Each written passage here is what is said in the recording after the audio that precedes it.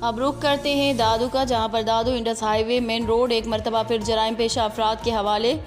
دادو police کی ناکامیوں کا پول کھل گیا۔ رات گئے دیر سے دادو کے قریب ہیتم چتوئی فاٹک سے آنے جانے والی گاڑیاں روک کر مسافروں کو یرغمال بنا کر قیمتی سامان اور لاکھوں روپے لوٹ کر ملزمان فرار۔ مخدوم بلاول تھانہ کی حدود میں 5 سے زائد ملزمان نے ہتھیاروں کے زور پر روڈ بلاک کیا۔ رانا محفوظ، کیا تفصیلات ہیں، ہمیں آگاہ کیجیے گا۔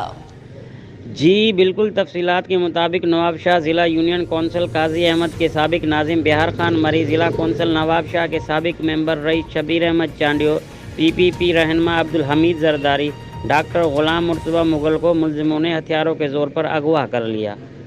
سابق ناظم بہار خان مری نے میڈیا سے گفتگو کرتے ہوئے کہا کہ تقریباً 12 بجے کے قریب ہم محترمہ بینظیر بھٹو کی برسی سے واپس آ رہے تھے۔